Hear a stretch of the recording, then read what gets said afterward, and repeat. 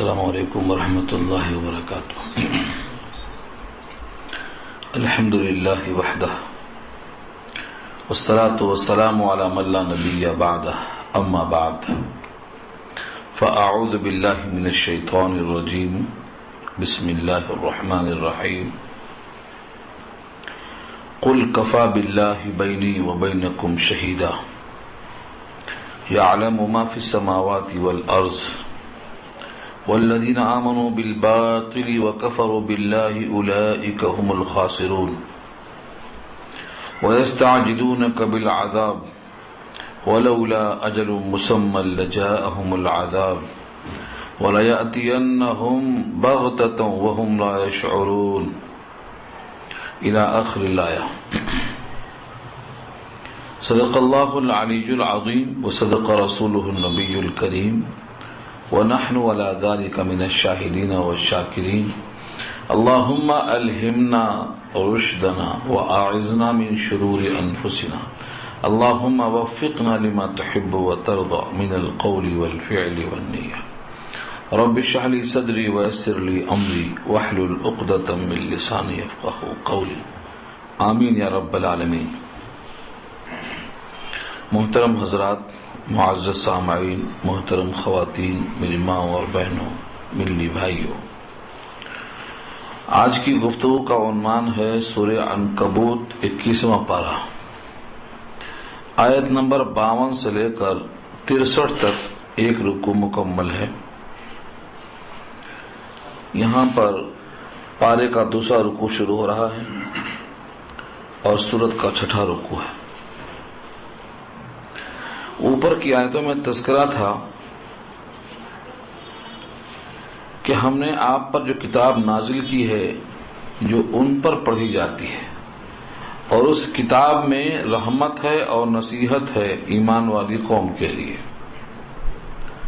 اور اس رحمت پر اور نصیحت پر کوئی گواہی دے یا نہ دے، اللہ کی گواہی تمہارے میرے بیچ میں بہت کافی ہے۔ اب یہاں سے یہ گفتگو شروع ہوتی ہے کہ اللہ کی گواہی کا اظہار کیسے ہوگا۔ قل کفی باللہ بینی و بینکم شہیدا سے اسی کی وضاحت ہے۔ قل سے مخاطب ہیں سید الانبیاء محمد مصطفیٰ صلی اللہ علیہ وسلم، اے نبی آپ فرما دیجئے، کفی باللہ اللہ کافی ہے، بینی و بینکم میرے تمہارے درمیان، میرے سے مراد آپ اور ایمان والے، اور تمہارے کے درمیان کفار قریش جن سے بات چل رہی تھی۔ کس اعتبار سے اللہ کافی ہے؟ فرمایا شہیدن، یہ تمیز ہے اس کی، یعنی گواہ کے اعتبار سے۔ گواہی اللہ کی کس طریقے سے ہوگی، اس کی کئی شکلوں کو نقل کیا ہے شارحین نے۔ سب سے بڑی چیز تو یہ ہے کہ یہ کتاب جو تمہارے سامنے پڑھی جاتی ہے، جس جیسی کتاب کوئی بنا نہیں سکتا، 3 آیتیں بھی لانے پر قادر نہیں ہے، اور یہ کتاب تمہارے سامنے پڑھی جاتی ہے، یہ کتاب کے ذریعے سے اللہ کی گواہی معلوم ہو رہی۔ دوسرے، ہمارے ساتھ دن بدن اللہ کی طرف سے ایسا تعاون ہو رہا ہے کہ روز بروز اہل ایمان بڑھتے جا رہے ہیں، یہ اللہ کی طرف سے ہمارا تعاون اس بات کی علامت ہے کہ اللہ کی گواہی ہے۔ اور تیسری چیز یہ ہے کہ ایسے ہمارے ہاتھ پر خرق عادت اعمال صادر ہوتے ہیں جن کو معجزہ کہا جاتا ہے، انگلی اٹھایا چاند 2 ٹکڑے ہو گئے، یہ ہمارے ساتھ ہمارے انگلیوں کے اشارے پر جو یہ اللہ کا فعل صادر ہوتا ہے، یہ در حقیقت اللہ کی گواہی ہے۔ اس طریقے سے ایک نہیں بہت سارے دلائل موجود ہیں جو بطور گواہی کے ہمارے تمہارے بیچ میں اللہ نے گواہی دے دی ہے۔ اب تم کو اس نبوت پر یقین کرنا چاہیے، یہی یہاں پر بات کہی جا رہی ہے۔ اللہ کے نبی کے ہاتھوں پر اور اللہ کے نبی کے زبان پر ایسے کتنے معجزات پیش ہوئے، ان تمام معجزات کو جمع کرنا یہاں ممکن نہیں، ایک اصول بتا دیا گیا، اللہ کی طرف سے گواہی کا ظہور ایسے ہی ہوگا۔ کلام دیا، زبان سے جاری کر دیا، اس جیسا کلام کوئی پیش کرنے پر قادر نہیں، یہ گواہی ہے۔ آپ کے لعاب دہن میں، آپ کی انگلیوں میں، آپ کے اشاروں میں جو قوت دیا، یہ اللہ کی گواہی کے مماثل ہیں۔ ان تمام چیزوں کو اگر آپ منظور نہیں کرتے تو پھر اب کون سی گواہی چاہیے آپ کو؟ فرمایا قل کفا باللہ بینی و بینکم شہیدا، کہہ دو گواہی کے اعتبار سے میرے تمہارے بیچ میں اللہ کافی ہے۔ اب ایک اس کا پہلو یہ ہے، اللہ کی گواہی تو کافی ہے، لیکن گواہی اس کی کافی ہوتی ہے جو پوری طرح باخبر ہو، پورے معاملات سے اچھی طرح سے واقف ہو۔ اسی لیے اگلا ٹکڑا فرمایا یعلم ما فی السماوات والارض، اللہ کا علم تو اتنا محیط ہے کہ جو کچھ آسمانوں میں ہے اور جو کچھ زمین میں ہے سب اس کے علم میں ہے۔ جب ساری چیز کو اپنے علم سے احاطہ کر رکھا ہے تو اب اس کی گواہی تو تمہیں معتبر ہونا چاہیے۔ یہ دوسرا جز ہے اس کا۔ اب کفار کی ایک عادت تھی کہ وہ باطل کو تو مانتے تھے اور حق کا انکار کرتے تھے۔ آج بھی آپ دیکھ لیجئے کتنے لوگ ہیں جو باطل کو مانتے ہیں اور وہی لوگ ہیں جو حق کا انکار کرتے ہیں۔ باطل کا انکار اس واسطے کرتے ہیں کہ حق ان کے دماغ میں آتا ہی نہیں اور باطل کو وہ حق سمجھتے ہیں۔ ایک مخلوق کو خالق سمجھتے ہیں اور خالق سے بیزار ہوتے نظر آتے ہیں۔ تو یہ انسان کی خرابی ہے جس کا ذکر یہاں کیا ہے۔ والذین آمنوا بالباطل وکفروا باللہ اولئک هم الخاسرون، وہ لوگ جو ایمان لاتے ہیں باطل پر، یقین لاتے ہیں جھوٹ پر، وہ کفروا باللہ اور انکار کرتے ہیں اللہ کا، اولئک هم الخاسرون، یہ لوگ خسارے میں، یہ لوگ گھاٹے میں۔ ان کی تعداد پر بحث نہیں ہے، ان کے کئی افعال کا ذکر نہیں ہے، مگر یہ بنیادی نقطہ ہے کہ جو باطل کو تو سچ مانتا ہو اور اللہ کو جھوٹ کرتا ہو، اللہ کے ذات اور صفات کا انکار کرتا ہو، وہ خسارے میں۔ خسارہ یہاں نظر نہیں آتا ہے تب بھی خسارے میں ہے اور دائمی خسارہ ان کا مقدر بن چکا ہے۔ یہ علامت ہے۔ اب باطل کو باطل کس طرح ثابت کیا جائے اور حق کو حق کس طرح سے ثابت کیا جائے، اس کے لیے ان سے ہی کہلوایا اللہ نے۔ اور آخر میں وہ تمام تفصیلی بحثیں آ رہی ہیں کہ اللہ نے ان کے زبان سے کہلوایا۔ توحید فی التخلیق کے یہ قائل ہیں۔ توحید فی التخلیق کا مطلب، ان سے پوچھو کہ زمین و آسمان کس نے بنایا تو کہیں گے اللہ۔ کوئی اس میں شریک ہے؟ نہیں۔ جب تخلیق میں الوہیت کے قائل ہیں، تخلیق میں ایک ہونے کے قائل ہیں، تو پھر معبودیت میں الوہیت میں کئی کہاں سے آ گئے؟ یہ ہے اصل میں باطل کو ماننا اور حق کا انکار کرنا۔ آپ ان سے پوچھئے کہ پانی کون برساتا تو کہیں گے اللہ، اور زمین سے غلہ کون اگاتا تو کہیں گے اللہ۔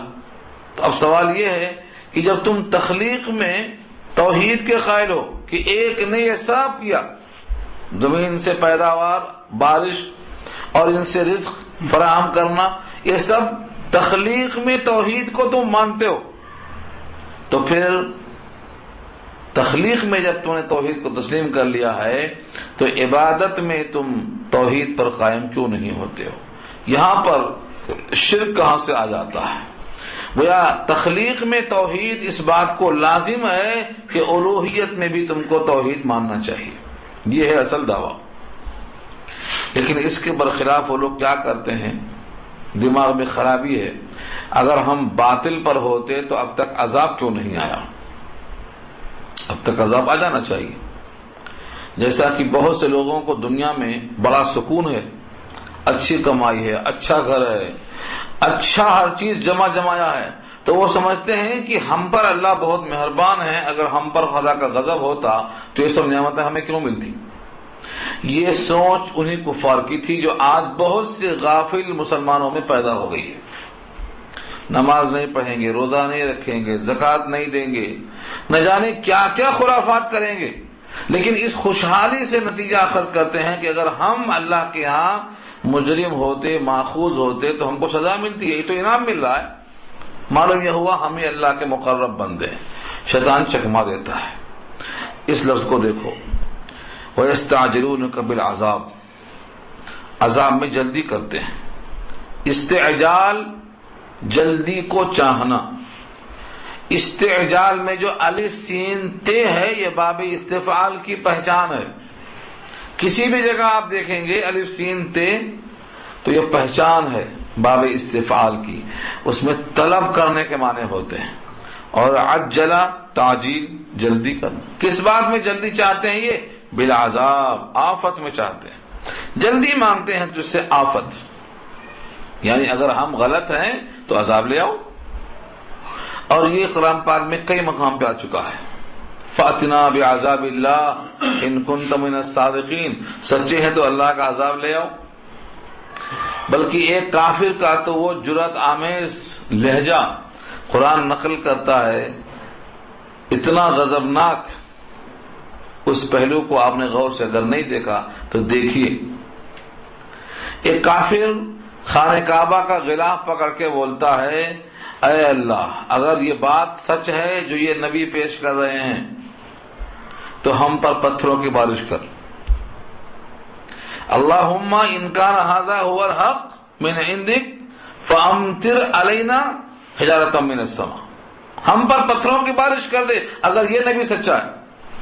یعنی نبی کی نبوت کو جھٹلانے کا یہ لہجہ اپنے گمان میں اتنا صحیح تھا کہ وہ سمجھتے تھے کہ یہ نبی صحیح نہیں ہے، اگر یہ صحیح ہے تو ہم پر پتھروں کی بارش کر دے۔ یہ کہاں ہو رہی ہے؟ بیت اللہ میں، اور اللہ نے خود نقل کیا اس جملے کو، کسی اور کے بھروسے نہیں چھوڑ دیا۔ تو یہ کتنا لب و لہجہ اپنے خود اعتمادی کا، جس کو آپ بولتے ہیں اپنے حق ہونے کا، اتنا غرہ تھا ان کو کہ اللہ سے عذاب مانگ رہے ہیں، ابھی اتنا بعذاب علیم، یا المناک عذاب دے دے۔ ان کو یہ پتہ نہیں کہ یہ اپنے حق میں بد دعا جو مانگ رہے ہیں یہ یقیناً مقبول ہوگی، کیونکہ یہ نبی برحق ہے، اور ایسا ہی ہوا چونکہ وہ نبی برحق ہیں۔ اور اگر آپ کی یہ بد دعا اسی طرح مشروط رہی کہ اگر یہ حق پر ہیں تو ہم پر پتھروں کی بارش کر دے، اللہ تعالیٰ نے اگر دعا قبول کر لی ہوتی تو پتھروں کی بارش ہو جاتی، لیکن اللہ حلیم بھی ہے۔ اللہ کی ایک صفت حلیم ہے۔ حلیم کا مطلب بندے کے تمام خطاؤں کے باوجود، جبکہ بندہ استحقاق رکھتا ہے عذاب کا، لیکن اللہ اپنے حلم کی بنا پر سزا کو روک دیتے ہیں۔ اور آگے چل کے وہیں فرمایا اللہ تعالیٰ نے کہ اگر نبی اس شہر میں نہ ہوتے یا تمہارا استغفار بھی ساتھ میں نہ ہوتا تو تم کو ہم پیس دیتے، لیکن تم زبان سے استغفار بھی کرتے ہو، یعنی گناہوں پر بخشش بھی چاہتے ہو، اور تمہارے ساتھ ہمارے مصطفیٰ بھی رہتے ہیں اس شہر میں، اس واسطے ہم تم پر عذاب نازل نہیں کر سکتے۔ اسی کے بعد جملہ آئی۔ تو مجھے ایک مثال دینا تھا آپ کو کہ کافروں نے تو یہاں تک شدت کی ہے، اور یہ قرآن نے خود نقل کر دیا، اور آگے فرمایا وَمَا كَانَ اللَّهُ لِيُعَذِّبَهُمْ وَأَنْتَ فِيهِمْ وَمَا كَانَ اللَّهُ مُعَذِّبَهُمْ وَهُمْ يَسْتَغْفِرُونَ، آپ کے ہوتے ہوئے اللہ عذاب دے، اللہ ایسا نہیں۔ آپ جس شہر میں ہو، جس بستی میں ہو، جس قریہ میں ہو، آپ کے ہوتے ہوئے اللہ عذاب دے، اللہ ایسا نہیں۔ محبوبیت کا تقاضا ہے۔ اور اگر آپ انبیاء کی تاریخ پیچھے دیکھ چکے ہیں تو ہر نبی کو اس بستی سے پہلے باہر نکالا گیا، محبوبیت کا تقاضا تھا یہ، ہر ایک سے کہا گیا پہلے نکلو یہاں سے، تب عذاب آیا۔ اور دوسرے جب قوم اللہ سے استغفار کرتی ہے تو اللہ کا عذاب رک جاتا ہے۔ تو یہاں پر جو مثال دی جا رہی ہے وَيَسْتَعْجِلُونَكَ بِالْعَذَابِ، وہ آپ سے عذاب مانگتے ہیں۔ بھلا عذاب کون مانگتا کسی سے؟ عذاب جان بوجھ کے کیسا مانگتے؟ یہ اپنے تئیں ان کو یقین ہے کہ ہمارا موقف درست ہے اور مخاطب کا موقف غلط ہے، اس لیے کہتے ہیں اگر تم سے ہو سکے تو عذاب لے آؤ، ہم تو ایسا ہی رہیں گے، ہم تو ایسا ہی کرتے رہیں گے۔ اگر تم سمجھتے ہو کہ ہم غلط ہیں تو ہم پر عذاب لے آؤ، کہاں ہے تمہارا عذاب؟ یہ اشارہ یہ، اگر ہم غلط ہوتے تو ہم پر آفت اب تک آئی ہوتی، کیوں نہیں آئی؟ تم سے پہلے لوگ بول کے چلے گئے۔ تو عذاب کا فوراً نہ آنا دھوکے کا سبب بن گیا۔ آج بھی مسلمانوں کی خوشحالی دھوکے کا سبب بن گئی کہ ہم اگر مجرم ہوتے تو خوشحالی کیوں آتی؟ حالانکہ دنیا میں حساب کتاب کا وقت نہیں ہے، یہاں تو خوشحالی بدحالی کا تعلق محبوبیت پر ہے ہی نہیں۔ فرعون کو حکومت ملی ہے اور موسیٰ علیہ السلام کو بے گھر کر دیا، جبکہ یہ محبوب ہیں، پیغمبر ہیں، اور وہ معتوب اور مغضوب اور سرکش ہے۔ یہ قرآن کی مثال ہے۔ تو یہاں دیکھیے یہ لوگ عذاب مانگ رہے ہیں، جب یہ مانگ رہے ہیں عذاب، تو عذاب کیوں نہیں دیا؟ وَيَسْتَعْجِلُونَكَ بِالْعَذَابِ، وہ جلدی مانگتے ہیں تجھ سے آفت کو، عذاب کو جلدی مانگتے ہیں۔ یہ دنیا کا بھی عذاب ہو سکتا ہے اور آخرت کا بھی عذاب ہو سکتا ہے۔ اللہ فرماتے ہیں وَلَوْلَا أَجَلٌ، اور اگر ایک مدت نہ ہوتی مسمى جو متعین ہے، لَجَاءَهُمُ الْعَذَابُ، تو ان کے پاس عذاب آ جاتا۔ چونکہ ہم نے ایک مدت مقرر کر دی ہے، اس مدت سے پہلے ان کی آفت نہیں آ سکتی ہے، ورنہ ان کی شامت اعمال اور ان کا یہ چیلنجنگ لب و لہجہ بتاتا ہے کہ ان پر آفت آ جانا چاہیے، لیکن ہم نے ایک وقت مقرر کر دیا ہے۔ ولولا، اور اگر یہ بات نہ ہوتی، ولولا اجل، اور اگر ایک وعدہ نہ ہوتا، مسمى متعینہ مقررہ، لجاءہم العذاب، تو آ پہنچتی ان پر آفت، عذاب ان پر آ جاتا۔ وَلَيَأْتِيَنَّهُمْ بَغْتَةً، اور البتہ ضرور ان پر آفت آئے گی، اچانک آئے گی۔ وَلَيَأْتِيَنَّهُمْ میں جو لام زبر لا ہے یہ تاکید کے لیے ہے، اور آخر میں جو ہم سے پہلے نون زبر نا مشددہ ہے یہ بھی تاکید کے لیے ہے۔ وَلَيَأْتِيَنَّ، ضرور ان پر آئے گی، ہم ان پر آئے گی۔ عذاب کس طرح سے آفت آئے گی؟ وہ بغتتن، اچانک۔ قرآن کریم میں جہاں جہاں لفظ بغتتن آیا ہے وہاں اچانک کے معنی میں آیا ہے۔ آدمی کو خبر نہیں ہوگی، وہم لا یشعرون، ان کو شعور بھی نہ ہوگا، ان کو خبر بھی نہ ہوگی عذاب کیسے آ گیا، کہاں سے آفت آ گئی۔ تو یہ اللہ کا وعدہ ہے، جب آدمی پکڑا جاتا ہے تو مایوس ہو جاتا ہے کہ ہم کو یہ امید نہ تھی، ہم کو یہ توقع نہ تھی، اور ہمارا یہ خیال نہیں تھا، ہمارا وہم و گمان نہیں تھا۔ یہ سب درست ہے۔ اللہ تعالیٰ کی پکڑ کب کیسے آتی ہے، کہاں آتی ہے، یہ کسی کو اندازہ نہیں ہے۔ بڑے بڑوں کی موت کی تاریخ پڑھو جن کے بارے میں یقین تھا کہ ابھی بہت دن جئیں گے اور بہت دن حکومت کریں گے، لیکن منٹوں میں صاف ہو گئے، پتہ نہیں چلا کدھر چلے گئے۔ تاریخ دیکھو۔ تو یہ اللہ کی طرف سے وعدہ ہے، اللہ کی جب پکڑ آتی ہے تو ان کو خبر بھی نہیں، ان کو شعور بھی نہیں، اچانک آ جاتی ہے۔ آگے پھر پوچھا، اسی کو دہرایا گیا ہے کیونکہ ان کے لیے بار بار تکرار تھی۔ یستعجلونک بالعذاب، جلدی مانگتے ہیں تجھ سے عذاب۔ یہ جملہ دہرایا کیوں گیا؟ اوپر تھا وَيَسْتَعْجِلُونَكَ بِالْعَذَابِ، اور جلدی مانگتے ہیں تجھ سے آفت، اور یہاں جلدی مانگتے ہیں تجھ سے عذاب۔ دو عذاب ہے، ایک دنیا کا اور ایک آخرت کا، دونوں ان کے حق میں عذاب ہی ہے، لیکن آخرت کا عذاب اخذہ ہے، اکبر ہے، دیر پا ہے، زیادہ رسوا کن ہے۔ اللہ آگے فرماتے ہیں پہلا جو عذاب بتایا تھا یہ اچانک دنیا میں آنے کا تھا، اب یہاں کیا فرمایا؟ وَإِنَّ جَهَنَّمَ لَمُحِيطَةٌ بِالْكَافِرِينَ، اور بے شک جہنم نے احاطہ کر رکھا ہے کافروں کا، گھیر رکھا ہے۔ محیط، محیط کے معنی احاطہ میں لے لینا، احاطہ اردو میں استعمال ہے۔ احاطہ کہتے ہیں اس دیوار کو جو گھر کو چاروں طرف سے گھیر لیتی ہے، اس کا نام احاطہ ہے۔ احاطہ سے محیط ہے، گھیرے والی۔ اللہ کی ذات ایسی ہے جو کافروں کو گھیر چکی ہے، اور جہنم نے ان تمام کو گھیر رکھا ہے۔ تو اوپر کا عذاب دنیا میں اچانک آئے گا، اور جب پکڑے جائیں گے تو جہنم نے ان کو گھیر رکھا ہے، یہ بچ نہیں سکیں گے۔ دونوں صورتوں میں اس جہنم کے عذاب کی تفسیر بیان کیا اللہ نے۔ یوم یغشاہم العذاب، جس دن ڈھانپے گا ان کو عذاب۔ عذاب سے مراد مختلف انواع کے، خصوصاً آگ کا ذکر آتا، تو وہ عذاب ان کو گھیر لے گا۔ کہاں سے گھیرے گا؟ فرمایا من فوقہم، ان کے اوپر سے۔ فوق کے معنی اوپر، ومن تحت ارجلہم، تحت معنی نیچے، فوق کی ضد تحت ہے۔ اوپر کیا ہوتا ہے؟ آدمی کا سر ہوتا ہے، اور نیچے کیا ہوتا ہے؟ پیر ہوتا ہے۔ رجل کی جمع ارجل آئی ہے، ان کے پیروں کے نیچے سے، دونوں سے عذاب آئے گا. جیسے قوم نوح پر اوپر سے پانی اور نیچے سے پانی، دو طرف سے عذاب تھا. یہ فارت تنور، پانی کا جوش مار رہا ہے تنور، تو نیچے سے پانی بھی اور اوپر سے پانی بھی، دو طرف سے. تو اوپر سے پانی آ رہا ہے تو یہ فوق ہے، اور نیچے سے ابل رہا ہے تو یہ تحت ہے. تو فرمایا جب عذاب ان پر آ کے گھیرے گا تو ان کے اوپر سے آئے گا، ان کے نیچے سے آئے گا. وَيَقُولُ، اور کہیں گے.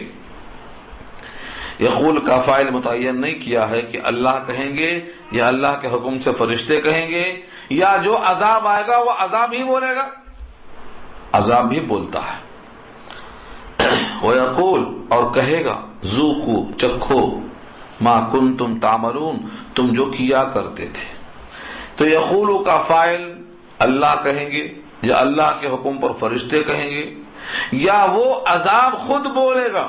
جیسا کہ حدیث میں آتا ہے جن لوگوں نے زکوٰۃ نہیں دی ہے تو ان کا مال سانپ بن کر آئے گا، یہ پریشان ہو کے رہے گا، وہ گلے میں لپٹ جائے گا اور اس کے دونوں گل پھڑے جس کو شدق کہتے ہیں، دونوں کلے ان کو نوچے گا اور یہ پریشانی کے عالم میں کہے گا کہ آخر تیرا میرا تعلق کیا ہے؟ تو کہے گا انا کنزکا، میں تیرا مال ہوں. یہ کون بول رہا ہے؟ یہ انا کنزکا، میں تیرا مال ہوں، یہ کون بول رہا ہے؟ یہ سانپ بول رہا ہے. تو سانپ کیا ہے؟ یہ عذاب ہے. تو بسا اوقات عذاب خود بولتا ہے. عذاب بولتا ہے.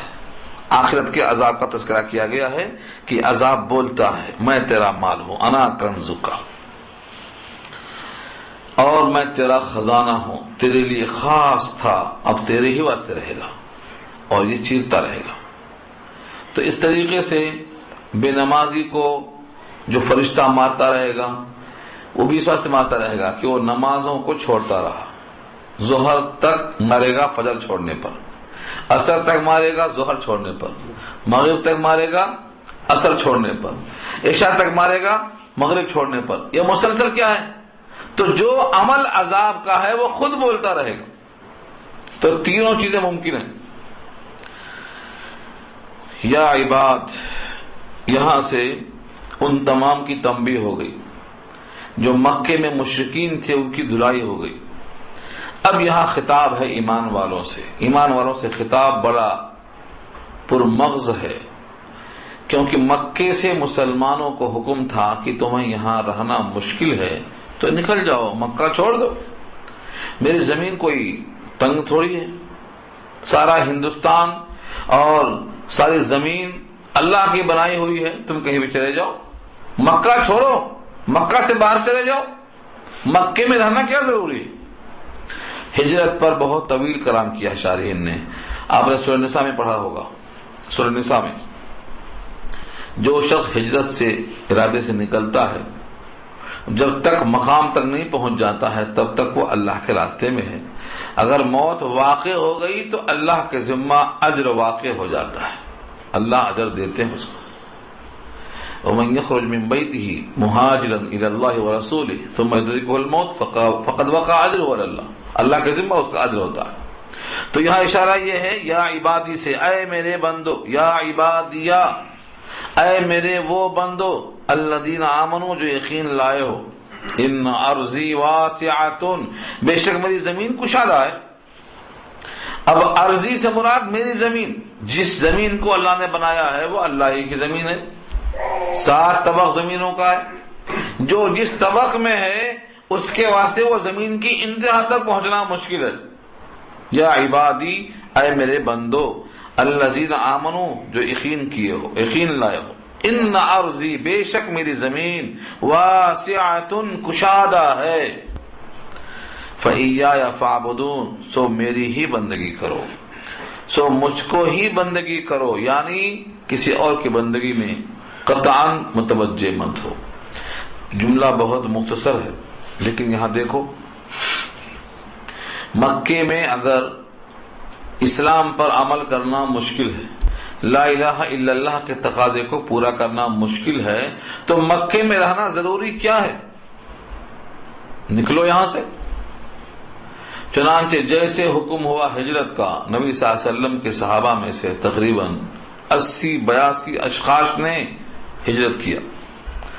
ہجرت پہلے ملک حبشہ کی ہوئی، پھر مدینہ کی ہوئی۔ بعض ایسے ہیں جو دونوں طرف کیے ہجرت، دونوں طرف ہجرت کیا، یہاں بھی اور وہاں بھی، اور بعض وہ ہیں جن کی ہجرت ایک طرف ہے، ہجرت کی ہے صحابہ نے۔ جب اللہ نے حکم دے دیا ہجرت کرنے کا تو اس وقت ہجرت کا موقف یہ تھا جو اس وقت کلمہ طیبہ کا موقف ہے۔ اس کا مطلب کیا ہے؟ اگر آج کوئی دل سے اسلام کو، ایمان کو اچھا جانے لیکن زبان سے اقرار نہ کرے تو اسے کافر کہیں گے، مومن نہیں کہیں گے۔ زبان سے اقرار کرنا شرط ہے، اظہار ایمان کے لیے کلمہ طیبہ شرط ہے، جیسے آج یہ شرط ہے اسلام کے اظہار کے لیے، ایسے اس وقت ہجرت کرنا شرط تھا ایمان کے اظہار کے لیے۔ اگر کوئی شخص ہجرت نہیں کرتا تو اس کو مومن لوگ نہیں مانتے تھے، سوائے اس کے کہ وہ معذور ہو۔ اب معذور کی الگ شکلیں ہیں، قدرت نہ ہو سفر کرنے کی، بیماری ایسی ہو کہ صحت مند نہ ہو، نکل نہ سکتا ہو، یا کسی کی نگرانی اتنی سخت ہو کہ نکل کے وہاں سے بھاگ نہ سکتا ہو، کسی قسم کا عذر ہو سکتا۔ عذر صحیح اگر نہیں ہے تو اس کا ہجرت نہ کرنا اس کے ایمان کے نہ ہونے کی علامت تھی۔ اس وقت یہ ہجرت تھی، اتنی سخت تھی۔ ہجرت کرنے والوں کو اللہ کا یہ حکم تھا۔ پھر ہجرت بھی اگر نیت ہجرت کی ہے اللہ کو راضی کرنے کی تو ہجرت اللہ کی خاطر ہوگی، اور اگر ہجرت وہ ہے کہ وہاں جا کر کے کسی سے نکاح کرنا ہے تو ہجرت نکاح کی خاطر ہوگی۔ چنانچہ ایک صحابی کو بولتے تھے مہاجر ابن قیس، مہاجر ام قیس بولتے تھے ان کو، ام قیس سے نکاح کرنا تھا ان کو۔ تو معلوم کیا ہوا؟ اگر نیت میں ذرہ برابر فرق ہے تو وہی عمل منسوب ہو جائے گا الی غیر اللہ، اللہ کی غیر کی طرف منسوب ہو جائے گا۔ تو ہجرت کرنے کا حکم تھا، یہ حکم فتح مکہ تک رہا۔ جب مکہ خود فتح ہو گیا تو اب وہاں سے جانے کی ضرورت کیا ہے؟ اب تو وہاں مرکز لانے کی ضرورت ہے۔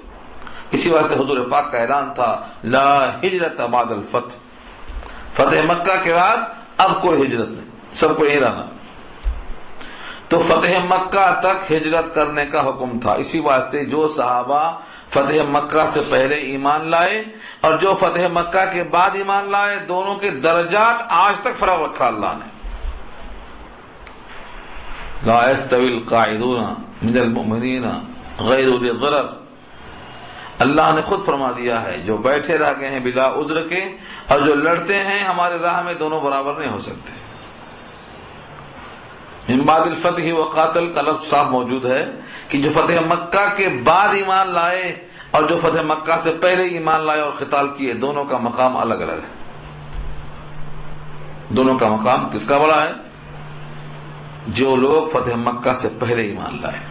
تو ہجرت فرض تھی۔ یہاں اشارہ اسی کی طرف کیا ہے کہ اے میرے وہ بندو جو ایمان لائے ہو، ان ارضی واسعۃ، میری زمین کشادہ ہے، جب میری زمین کشادہ ہے تو تم یہاں سے نکلو، فإیایا فاعبدون، سو میری ہی بندگی کرو۔ اگر میری بندگی کرنے میں رکاوٹ ہے تو ہجرت کر جاؤ۔ یہاں سے لکھا ہے فقہا نے اگر کسی مقام پر اللہ کی بندگی میں رکاوٹ ہے تو ہجرت کرنا واجب ہے، چلے جانا چھوڑ کے۔ اب اس کے بہت سے تقاضے، بہت سے لوازمات ہیں۔ ہجرت کرنے پر قدرت نہیں ہے تو معذور ہے، ہجرت کرنے کے لیے فرائض پر تنگی نہیں ہے، مستحبات میں تنگی ہے تو پھر گنجائش ہے، لیکن کوئی یہ بہانہ نہیں کر سکتا ہے اللہ کے پاس کہ میں کیا کروں، میں بڑا مجبور تھا۔ اللہ پوچھیں گے الم تکن ارض اللہ واسعۃ فتہاجروا فیہا، کیا زمین کشادہ نہیں تھی اللہ کی، وہاں چلے جاتے؟ یہ عذر کرنا ہی نہیں اللہ کے پاس کہ ہم کیا کریں، ہم مجبور تھے، ہم نماز کیسے پڑھتے، روزہ کیسے رکھتے، اسلام پر کیسے عمل کرتے، یہ عذر نہیں چلنے والا ہے۔ ہاں اگر فرائض میں کوتاہی نہیں ہو رہی ہے، باقی چیزوں میں کوتاہی ہو رہی ہے تو اللہ اس کو معاف کریں گے، اس لیے فرمایا ہجرت کرنا فرض ہے۔ لیکن فتح مکہ کے بعد ہجرت مکے سے تو منع ہے، لیکن مسلمان کسی اور مقام پر اگر فرض کو پورا نہیں کر سکتا ہے، توحید پر قائم نہیں رہ سکتا ہے، تو اس کو اس مقام سے ہجرت کرنا فرض ہے۔ آگے ہجرت کرنے میں دو چیزیں رکاوٹ بنتی ہیں۔ آدمی یہ سوچتا ہے میں یہاں سے نکل کر جاؤں گا تو مجھے کسی کافر سے لڑنا پڑے گا، مٹبھیڑ ہوگی، مقابلہ ہوگا، جان چلی جائے گی، ختم کر لیا جاؤں گا۔ میں سفر میں ہوں گا، وہ سفر میں نہیں ہوں گے، مقابلہ میں وہ جیتیں گے، میں ہاروں گا۔ موت کا خوف۔ تو اللہ فرماتے ہیں کہ موت کا خوف مومن کے لیے مناسب نہیں ہے، کیونکہ مومن کے ایمان کا ایک جز یہ ہے کہ موت اللہ نے لکھ دی ہے ماں کے پیٹ ہی میں، کب مرے گا، کہاں مرے گا، کیسے مرے گا، اس میں نہ مقدم ہونے کا امکان ہے نہ مؤخر ہونے کا امکان ہے۔ مومن کا عقیدہ اور عمل یہ ہونا چاہیے، جب موت اپنے وقت پر آئے گی تو اب ہجرت کرنے سے رکاوٹ نہیں ہونا چاہیے۔ یہاں دیکھیے پیغام، اس وقت فرمایا کل نفس ذائقۃ الموت ثم الینا ترجعون، ہر نفس کو موت کا ذائقہ چکھنا ہے۔ کل نفس، ہر نفس۔ لفظ کل کیا ہے؟ کہتے ہیں کل جو ہے ہر فرد کے احاطے کے لیے آتا ہے، عموم کلی ہے۔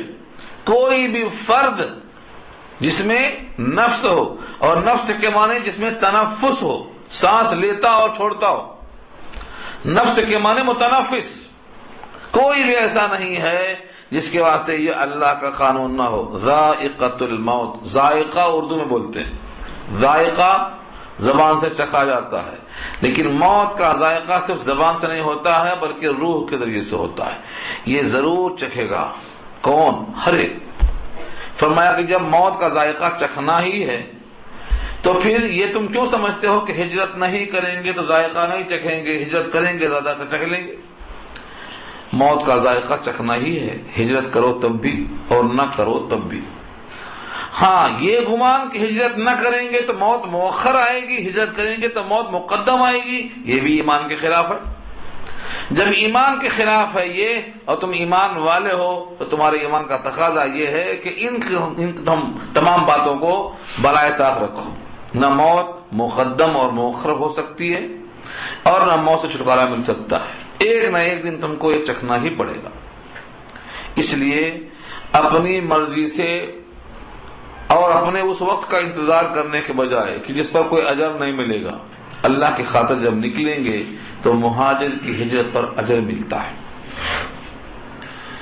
ہر عمل کے اوپر جو اجر ہے، ترک نعمت اللہ کی خاطر ہو رہی ہے، گھر کا چھوڑنا، گھر کی لذتوں کا چھوڑنا، دوست احباب کو چھوڑنا، جن چیزوں سے راحت ملتی ہے ان تمام چیزوں کو چھوڑنا، یہ اگر اللہ کی خاطر ہے تو ترک نعمت للہ ہوا، اور ان تمام ترک نعمتوں پر جو اللہ کی خاطر ہیں اجر رکھا ہوا ہے۔ یہ فرمایا یہاں پر ثم الینا ترجعون، پھر ہماری ہی طرف تم لوٹائے جاؤ گے۔ یعنی ایسا نہیں ہے کہ کہیں اور جاؤ گے وہ آپ کو اللہ کی خاطر نکلنے پر اجر نہیں دے گا، نہیں، تم کو تو میرے ہی پاس لوٹ کے آنا ہے، اور جب میرے ہی پاس لوٹ کے آنا ہے تو میرے راستے میں ہجرت پر قتل کیے جاؤ گے یا سزائیں دیے جاؤ گے تو ہمارے پاس اس کا انتظام موجود ہے، ہمارے پاس تم کو لوٹ کے آنا ہے۔ تو دو میں سے ایک شبہ پورا ہوا، وہ کیا تھا؟ ہجرت کرنے میں جان کا خدشہ ہے، اللہ فرماتے ہیں جان تو تم کو دینا ہی پڑے گا، آج دو یا کل دو۔ دنیا کی کوئی طاقت نہیں ہے جو انسان کی جان کو چلے جانے سے روک سکے، سارے انسان مل کر ایک کی روح کو روکنے پر قادر نہیں۔ جب بشر آتا ہے دنیا میں تو کہتی ہے قضا، بشر دنیا میں جب آتا ہے تو قضا یعنی موت کا فرشتہ یہ ساتھ میں ہوتا ہے، پیغام دیتا ہے۔ رہ کے دنیا میں بشر کو نہیں زیبا غفلت، موت کا دھیان بھی لازم ہے کہ ہر آن رہے۔ جب بشر آتا ہے دنیا میں تو کہتی ہے قضا، میں بھی پیچھے چلی آتی ہوں، ذرا دھیان رہے، تم اکیلے نہیں جا رہے ہو، تمہارے ساتھ میں بھی لگی۔ اور یہ اللہ کی طرف سے ایسا مقرر ہے کہ اس میں گنجائش سوچنے کی نہیں۔ لوگ سمجھتے ہیں کہ ابھی تو وقت آیا ہی نہیں، اچھوں کو آپ دیکھتے ہیں کہ ان کا وقت نہیں آیا مگر لگتا ہے چلے گئے۔ کیوں چلے گئے؟ وقت آیا۔ ہماری نگاہوں میں وقت نہیں آیا ہے لیکن متعینہ اوپر گئے، تو ایک شبہ کا علاج ہو گیا۔ اب رہا دوسرا کہ ہمارے پاس جب آئیں گے تو ہم انہیں کیا دیں گے؟ اللہ فرماتے ہیں جو بندہ اپنے جان کو اللہ کے اوپر بھروسہ کر کے قربان کرنے کے ارادے سے اپنے دین پر راضی کرنے کے لیے چلتا ہے، ہمارے پاس جب آتا ہے تو ہم اس کا اکرام کرتے ہیں. کیسا کرتے ہیں اکرام؟ دیکھیے اس آیت میں فرمایا والذین آمنوا وعملوا الصالحات، اور بے شک وہ لوگ جو یقین کیے اور عمل صالح کیے، لنبوئنہم من الجنت غرفا. لنبوئن میں جو لام زبر لا ہے یہ ضرور بالضرور کے لیے ہے، اور جو آگے نون مشددہ ہے یہ بھی تاکید کے لیے ہے. لنبوئن ہم ضرور بالضرور ٹھکانہ دیں گے، ہم ان کو ہم جگہ دیں گے. کہاں دیں گے؟ من الجنہ جنت میں سے، بہشت میں سے. غرفان، غرفن کے معنی جھروکے، بالا خانے. عام طور سے کسی اونچے مقام کے حصے کو غرف کہا جاتا ہے، بالا خانے کو.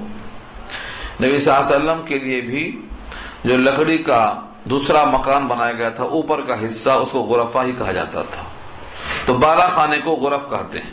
تو جنت کے بالا خانوں میں سے ہم ان کو ٹھکانہ دیں گے. یہ وعدہ ہے جو جان دے کر ہمارے پاس آئے گا، یہاں آ کر کے ہم ان کو یہ راحت پہنچائیں گے. یہ اللہ کا وعدہ ہے.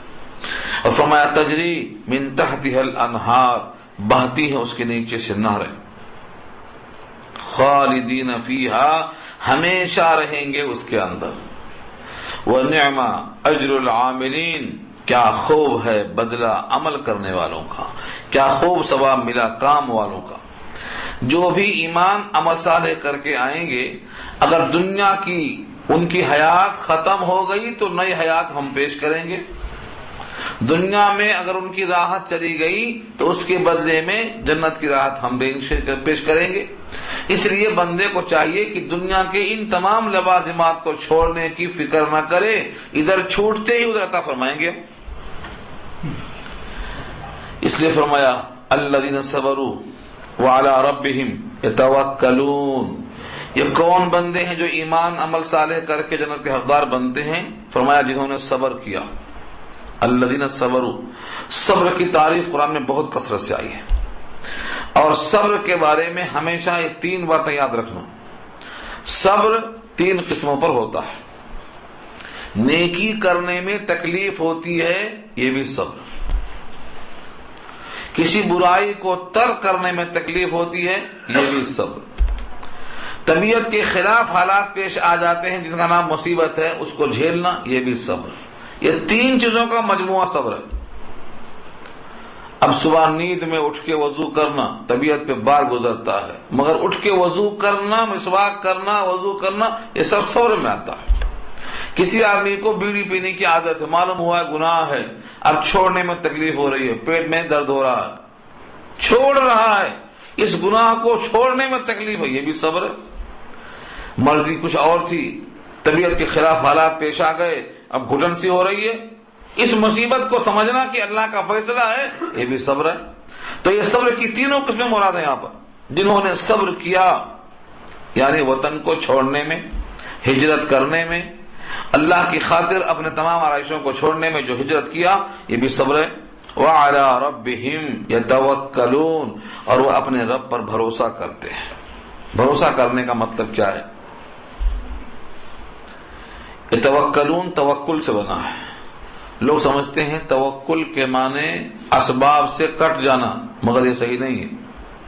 حدیث میں جو آیا ہے بار بار سنانے کی ضرورت ہے، اسباب سے کٹنا توکل نہیں، اسباب کے پورے انتظامات کرنا، پھر بھروسہ اللہ پہ کرنا، یہ توکل ہے. جیسا کہ نبی صلی اللہ علیہ وسلم کے اس سوال جواب سے واضح ہوتا ہے. ایک مرتبہ ایک صاحب آپ کی محفل میں آ کے بیٹھ گئے. آپ نے پوچھا گھوڑا کہاں ہے؟ تو انہوں نے کہا توکلت علی اللہ، میں نے باہر چھوڑ دیا ہے، بھروسہ اللہ پہ کر لیا. تو آپ نے کہا جا کے اس کو باندھو، اور باندھنے کے بعد پھر بھروسہ اللہ پہ کرو. فرمایا اعقلھا ثم توکل علی اللہ، پہلے اس کو باندھو پھر بھروسہ اللہ پہ کرو. تو معلوم کیا ہوا؟ یہ اسباب میں سے، رسی سے اس کو باندھنا یہ اسباب میں سے، سبب میں سے ہے یہ. اور اب اس کو بھروسہ کرنا کہ اللہ میرا سواری کو باقی رکھے گی. تو تقدیر میں سے، توکل میں سے یہ نہیں ہے کہ اسباب کو ترک کیا جائے. دنیا دار الاسباب ہے، اس کا استعمال کرنا ہے. اللہ نے خود کہا ہے وَأَعِدُّوا لَهُم مَّا اسْتَطَعْتُم مِّن قُوَّةٍ، قوت جتنا ہو سکے تم جمع کرو. یہ نہیں کہا کہ بھروسہ کرو اور جہاد میں جیت جاؤ گے، نہیں، اعداد، استعداد، قوت، صلاحیت بناؤ. زرہوں کو پہننا، ہتھیاروں کو لگانا، نبی صلی اللہ علیہ وسلم کا 2 زرہ پہننا یہ خود علامت اس بات کی ہے. خندق کھودنا علامت اس بات کی ہے کہ اسباب کو اختیار کرنا ہے. تو کبھی بھی یہ غلطی نہیں کرنا کہ ہم بھروسہ کریں اللہ پہ اور اسباب کو ترک کر دیں، یہ دعوت نہیں ہے اسلام میں. ہاں، کوئی اتنا بڑا بزرگ ہے سیدنا ابو بکر صدیق کی طرح اس کا ایمان ہے کہ جسم کے کپڑے بھی نکال کے بے فکر ہے، تو یہ بہت بڑا توکل ہے. اسباب پر نگاہ نہیں ہے، مسبب پہ نگاہ ہے کہ وہ اسباب پیدا کر دے گا، یہ تو بہت اعلیٰ درجے کی بات ہے. لیکن جوش میں آ کے لوگ توکل کا نام لے کے اسباب سے ہٹ جاتے ہیں اور بعد میں روتے پھرتے ہیں، وہ توکل نہیں. کہیں گے سب اللہ کر دیں گے، لیکن جب موقع آیا تو کھٹتے نہیں، روتے. یہ منع فرمایا. جہاں مصیبت آئی جزع و فضا کیا، گھبراہٹ کا اظہار کیا، وہ غلط ہے. تو فرمایا کہ مومن میں سے جو لوگ ہیں انہوں نے صبر کیا ہے اور رب پر بھروسہ کیا ہے. بھروسہ کیسے کرنا، ایک مثال دیا ہے. جب بندہ ہجرت کرتا ہے تو راستے میں جان کا خوف ہوتا، اور جب مقام ہجرت تک پہنچ جاتا ہے تو اب وہاں کہاں رہے گا، کیا کھائے گا، ذریعہ معاش کیا ہوگا.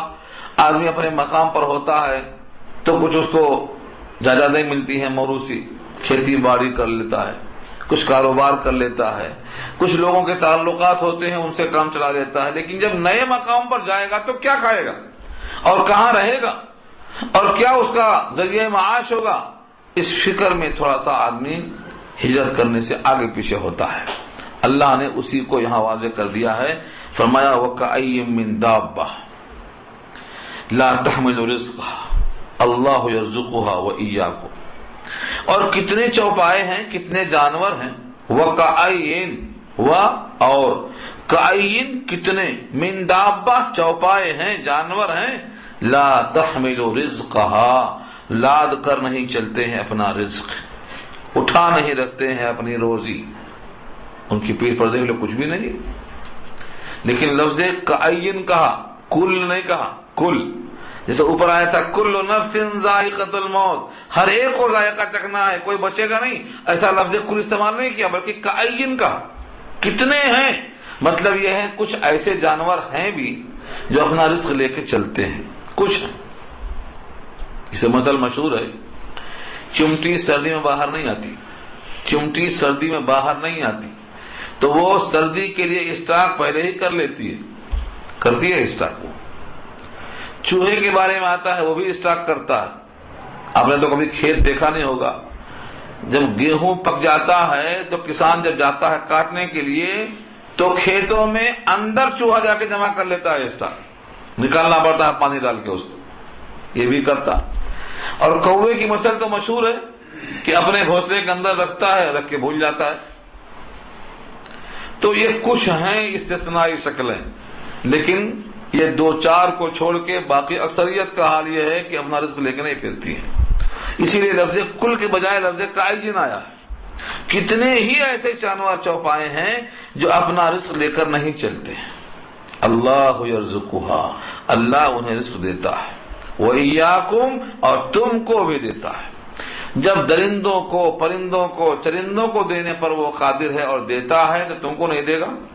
جبکہ تم اسی کے لیے ہجرت کر رہے ہو، اسی کی رضا کے لیے گھر چھوڑ رہے ہو اور اسی کی خاطر تم اس کی ذات پر یقین رکھتے ہوئے نکل پڑے ہو. کیا تم کو نہیں دے گا؟ جو چرندوں پرندوں کو دیتا ہے وہ تم کو بھی دے گا. اسی واسطے حضرت عمر فاروق رضی اللہ تعالیٰ عنہ کا وہ مشہور مقولہ ہے، کاش کہ لوگوں کا ایمان پرندوں کے برابر ہوتا.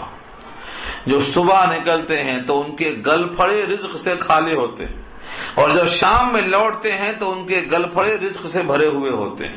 حالانکہ نہ وہ ملازم ہوتے ہیں گورنر کے، کسی آفس میں کام نہیں کرتے، کوئی کاروبار نہیں، کوئی ملازمت نہیں، کوئی زراعت نہیں، کوئی کھیتی نہیں، کچھ نہیں. لیکن سب کے سب، اور ایک دن نہیں بلکہ جب تک ان کی حیات ہے تب تک کے لیے اللہ کا یہ وعدہ، ایک دن کا بھی ناغہ نہیں ہوتا. اس زمین پر جاتے ہیں اپنا رزق لے کر آتے ہیں۔ عمر فاروق کا مقولہ کہ کاش لوگوں کا ایمان پرندوں کے برابر ہو جائے کہ وہ اللہ پہ بھروسہ کرتے ہیں۔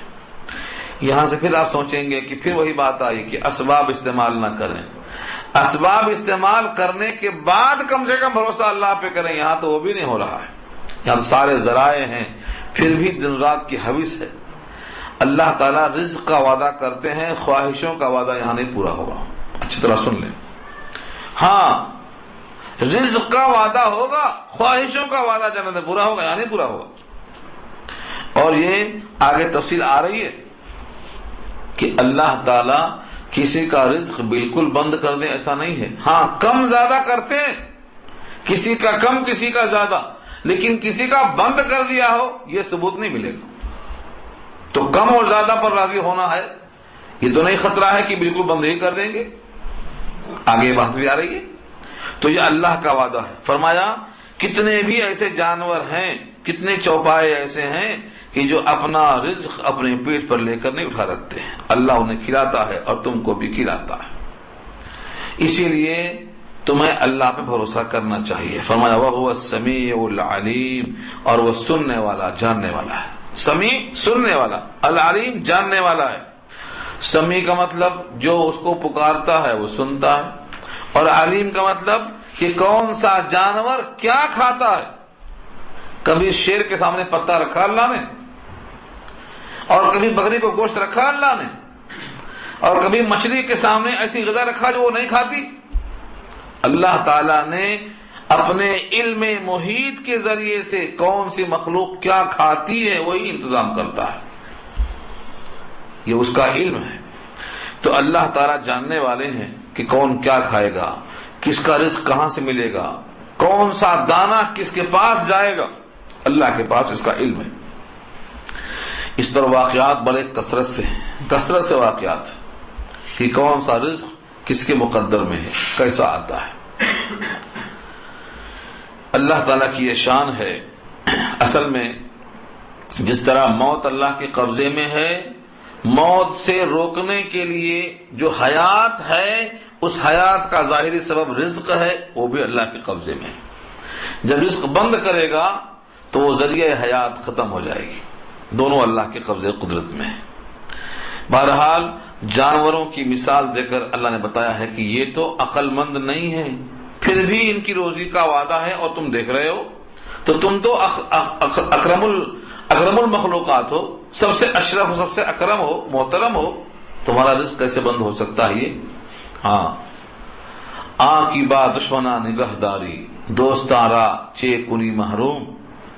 جو دشمنوں کا بھی خیال کرتا ہے وہ اپنوں کا خیال کیوں نہیں کرے گا؟ جو فرعون کو کھانا دے سکتا ہے وہ موسیٰ کا خیال کیوں نہیں کرے گا؟ تو اللہ کا یہ وعدہ ہے۔ یہ اثر بتانا مقصود ہے کہ ہجرت کرنے میں رکاوٹیں دو ہی ہوتی ہیں، ایک موت کا ڈر، اس سے مت ڈرو کیونکہ تمہیں بہرحال موت آنے والی ہے۔ دوسرا کیا کھائے گا اس کا بھی خطرہ مت کرو، کیوں؟ تم نے سمجھا تھا کھیت رہے گا تو کھانا ملے گا، نوکری رہے گی تو کھانا ملے گا، کاروبار رہے گا تو کھانا ملے گا، حالانکہ یہ سب سبب ہے۔ ان تمام سبب سے رزق دینے والا تو اصل اللہ ہے، وہ تو ہر جگہ موجود ہے۔ کھیت نہیں ہے مگر کھیت دینے والا اللہ مسبب موجود ہے۔ تو آج ساری کائنات کا عالم یہ ہو گیا کہ سبب پر اتنا گہری نگاہ ہے کہ مسبب نظر نہیں آتا، سب سمجھتے ہیں کہ ہمیں اسی سے ملے گا۔ یہ ایمان والوں کے لیے تعزیانہ ہے کہ اپنی آنکھیں کھولو، جو ذریعہ رزق ہیں ان کو رزاق مت سمجھو، یہ رزاق کی مخلوق ہیں، اس کے حکم پر چلتی ہیں۔ اور جب اللہ چاہتے ہیں تو رزق ایسے مقام سے فراہم کرتے ہیں کہ انسان گمان نہیں کر سکتا، گمان نہیں کر سکتا۔ اور اس کے لیے کئی مثالیں کلام پاک میں ملتی ہیں۔ خود مریم کا دروازہ بند تھا، زکریا داخل ہوئے تو کیا پوچھتے ہیں؟ یہ بے موسم پھل کہاں سے آیا؟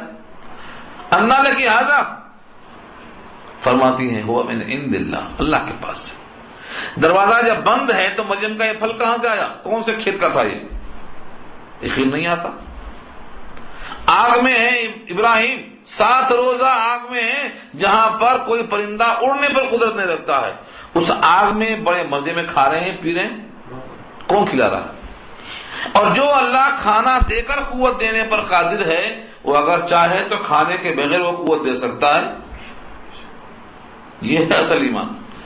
مجھے ایک واقعہ یاد آیا حضرت مولانا کا، واجب و غریب سنایا کرتے تھے. کھانا نہ کھانے پر اور کھانا کھانے پر یاد آیا.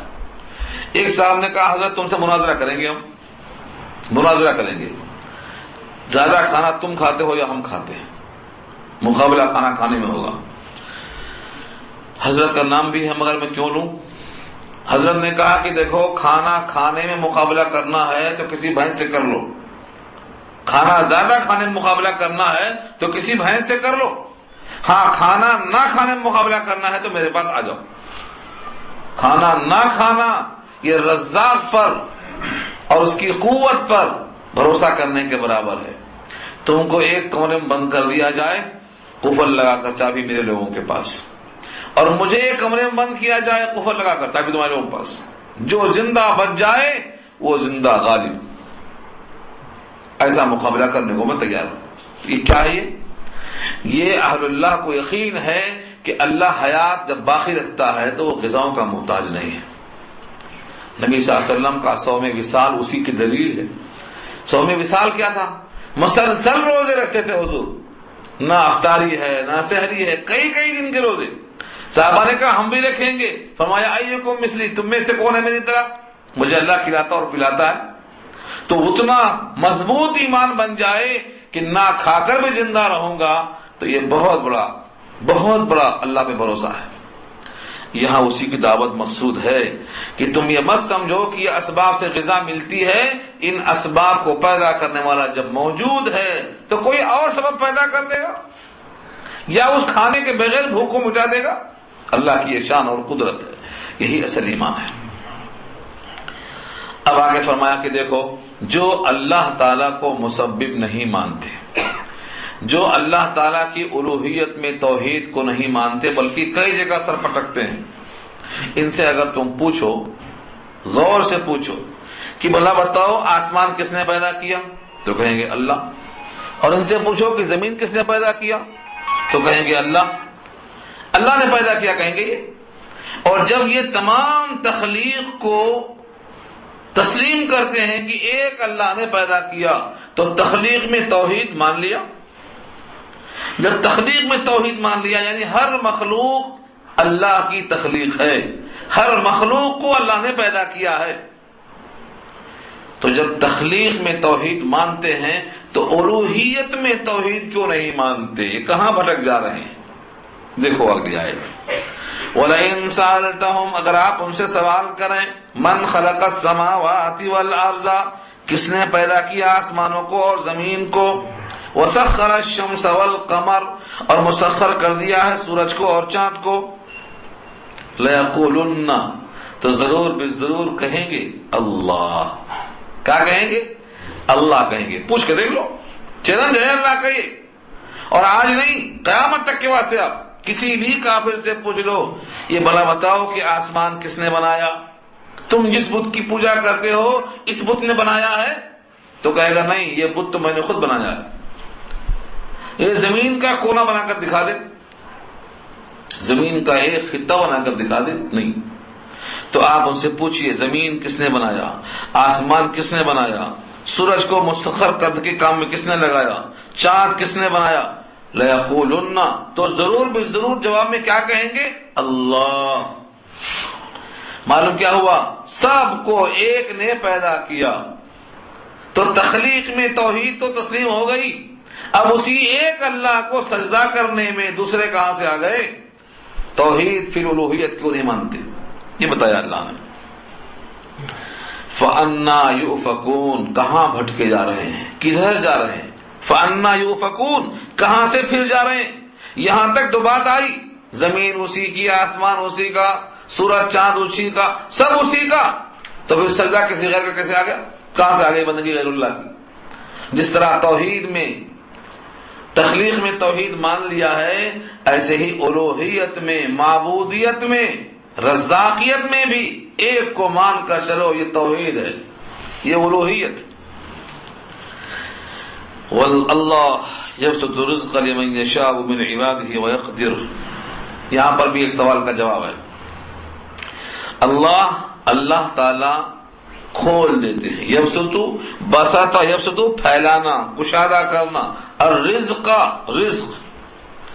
رزق میں کیا کیا آتا؟ بندے کی ہر حاجت آتی، ہر خواہش نہیں آتی، بندے کی خواہش نہیں آتی، بندے کی حاجت آتی۔ رزق میں کپڑا بھی آتا، رزق میں غذا بھی آتی، رزق میں شفا اور دوا بھی آتی، لیکن رزق میں فضولیات چیزیں نہیں آتی۔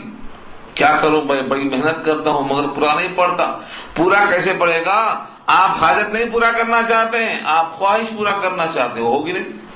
اس کی جگہ جنت ہے۔ اللہ یبسط الرزق لمن یشاء، جس کے واسطے چاہتے ہیں رزق کو اللہ کھلا دیتے ہیں، پھیلا دیتے ہیں، من عبادہ اپنے بندوں میں سے، ویقدر لہ اور معاف کر دیتے ہیں جس کو چاہتے ہیں اپنے بندوں میں سے، ویقدر لہ، لہ کی ضمیر بندے کے لوٹتی ہے، اور معاف کر دیتے ہیں۔ یہ نہیں کہا بند کر دیتے ہیں جس کو چاہتے ہیں، نہیں، جس کو چاہتے ہیں پھیلا دیتے ہیں رزق میں، اور جس کو چاہتے ہیں معاف کر دیتے ہیں، مطلب تنگ کر دیتے ہیں، لیکن بند کر دیتے ہیں یہ نہیں ثابت کر سکتے آپ، بند ہی نہیں کرتے۔ تو بہرحال رزق کا مطلب یہ ہے کہ بند کبھی نہیں ہوگا، یہ چلتا ہی رہے گا، رزاق کا رزق ہمیشہ ملتا رہے گا۔ اسی واسطے بندوں کو چاہیے کہ رزق کے بارے میں اتنا پریشان نہ ہو۔ ہاں، رہا خواہش کا پورا کرنا، یہ دنیا میں ممکن نہیں ہے، اس کے لیے اللہ نے جنت بنایا ہے، وہاں خواہشیں پوری ہوں گی۔ آگے فرمایا ان اللہ بکل شیء علیم، بے شک اللہ ہر چیز کو جانتے ہیں، ہر چیز سے باخبر ہیں۔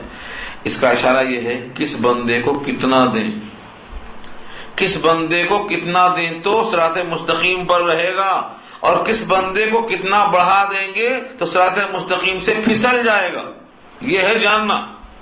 ہمارے اردو محاورے میں ہے کس کو کتنا پلانا، کتنا ظرف ہے، دیتے ہیں بعد خار قدح خار دیکھ کر، زیادہ دیے تو لوٹ جائے گا کہیں سڑکوں پہ پا رہے گا، کتنا پی سکتا ہے یہ؟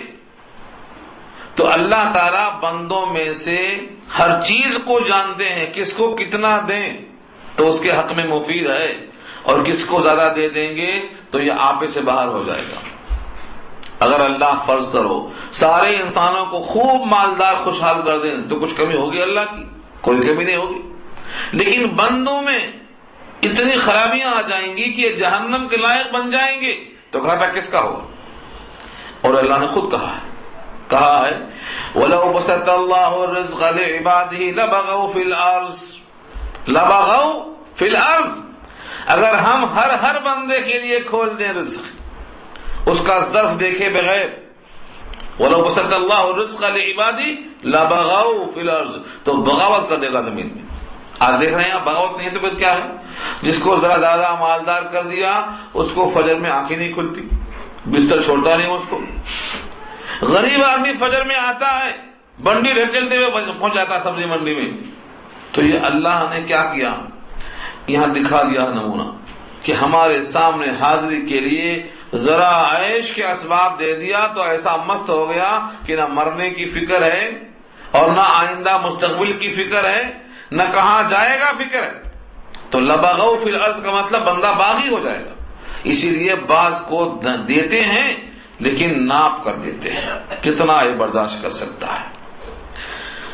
اللہ یبسط الرزق لمن یشاء من عبادہ ویقدر لہ، اللہ پھیلا دیتے ہیں رزق روزی جس کے واسطے چاہیں اپنے بندوں میں سے، اور ناپ کر دیتے ہیں جس کو چاہیں۔ ان اللہ بکل شیء علیم، بے شک اللہ ہر چیز کو جاننے والے ہیں۔ اسی سے ہر ایک کا ظرف بھی معلوم ہوتا ہے۔ دوسری دلیل ہے وَلَئِن سَأَلْتَهُمْ، اگر آپ ان کافروں سے پوچھیں من نزل، کس نے اتارا، من السماء ماء، آسمان سے پانی، فَأَحْيَا بِهِ الْأَرْضَ، پھر زندہ کیا، پس زندہ کر دیا اس پانی کے ذریعے سے زمین کو، من بعد موتها، زمین کے مر چکنے کے بعد، لَيَقُولُنَّ، تو ضرور بے ضرور کہیں گے اللہ، لَيَقُولُنَّ اللہ، یہاں بھی ثابت ہو گیا جب ان تمام چیزوں کی تخلیق میں آسمان سے پانی اللہ کی طرف سے پیدا کیا ہوا ہے، پھر اس سے زمین کا زندہ ہونا، پھر زمین کے ذریعے سے رزق کا فراہم کرنا، یہ سب میں تم توحید مانتے ہو کہ سب اللہ کرتے ہیں، تو پھر اب اس اللہ کے ساتھ الوہیت میں دوسرے کہاں سے شریک ہو گئے؟ اس لیے فرمایا قل الحمدللہ، قل الحمدللہ، کہو اللہ کا شکر ہے، تم نے یہاں تو کم سے کم تسلیم کر لیا کہ آسمان سے پانی اللہ برساتے ہیں، مردہ زمین کو اللہ زندہ کرتے ہیں اور اس سے غذا فراہم کرتے ہیں، تم نے یہاں کم سے کم تخلیق میں توحید کو تسلیم کر لیا، الحمدللہ، ایک جز پورا ہو گیا دلیل کا۔ اب ایک ہی جز باقی ہے، عقل لگا لو کہ جو تخلیق میں موحد ہے، جو تخلیق میں یکتا ہے، الوہیت میں اس کے ساتھ تم نے غیروں کو شریک کیسے کیا، کس بنیاد پر کیا ہے؟ دل سے اپنے پوچھ لو۔ بل اکثرهم لا یعقلون، بلکہ ان میں سے اکثر عقل نہیں رکھتے، اتنی بھی عقل نہیں کہ جب تخلیق میں وہ اکیلا یکتا ہے تو سجدہ گاہ میں دوسرا کہاں سے آ گیا، اتنی بھی عقل نہیں، اتنا بھی شعور نہیں۔ اس بات سے اللہ نے پیغام دے دیا ہے۔ رہا سوال دنیا میں موت کا، رزق کا اندیشہ جس سے ہجرت رکی ہوئی ہے، اللہ فرماتے ہیں دنیا کی اتنی فکر کرو مت، کیونکہ دنیا کی حیات اصل نہیں ہے، یہ تو ایک منزل ہے۔ ماں کے پیٹ میں تھے، اس سے پہلے سلم میں تھے، اس سے پہلے آبا و اجداد کی سلم میں تھے، اس سے پہلے آدم کی سلم میں تھے، تم کو قرار ہے کہاں؟ یہ تمہاری منزل نہیں، اصل تمہاری منزل جو آنے والی ہے وہ دار آخرت ہے، جس کا نام جنت ہے، وہاں پہنچ کر ہمیشہ رہنے کی فکر کرنا، یہاں سے تم چاہو نہ چاہو تم کو جگہ چھوڑنا، تم کو یہاں قرار نہیں آ سکتا ہے، اس منزل کو تمہیں چھوڑنا ہی پڑے گا۔ یہ گفتگو انشاءاللہ آخر رکوع میں تفصیل سے آ رہی ہے۔ وقت ہو گیا، دعا کر لیجیے۔